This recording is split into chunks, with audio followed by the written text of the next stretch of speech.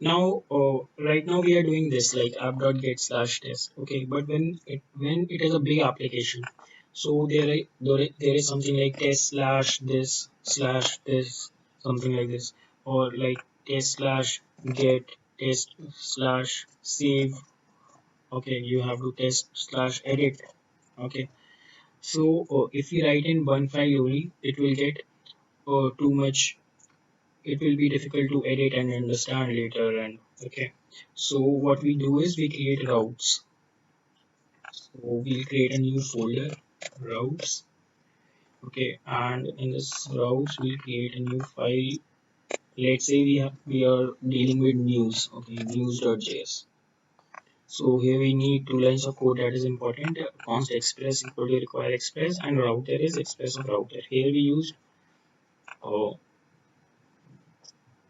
Here we just call the constructor, but here we are mentioning that call the router. Now in index.js we were doing app.get, this app.get, app.post, but here we will do router.get. Okay, slash get, request, response, and something we'll do here. Okay. Now this news.js will not work automatically. We have to import it here. So I'll remove this part for now. But you keep in mind like how this works. This is the basics, but we will try to use that news.js. So const um, news is equal to. So we have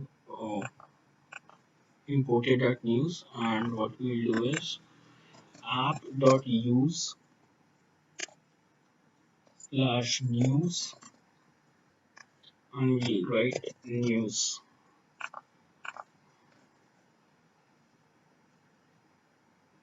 So what will this do is, let's say I do response.send hey. Okay.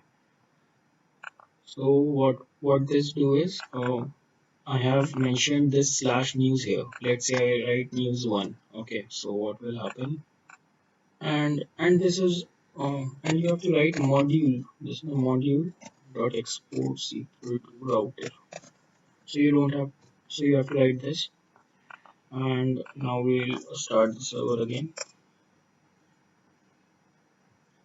And now let's test news one slash get, and it is saying hey. So this means is what we are writing in here slash get. This will only work with slash news in front. Okay. So this way our code is much cleaner, and you can edit and read code very easily.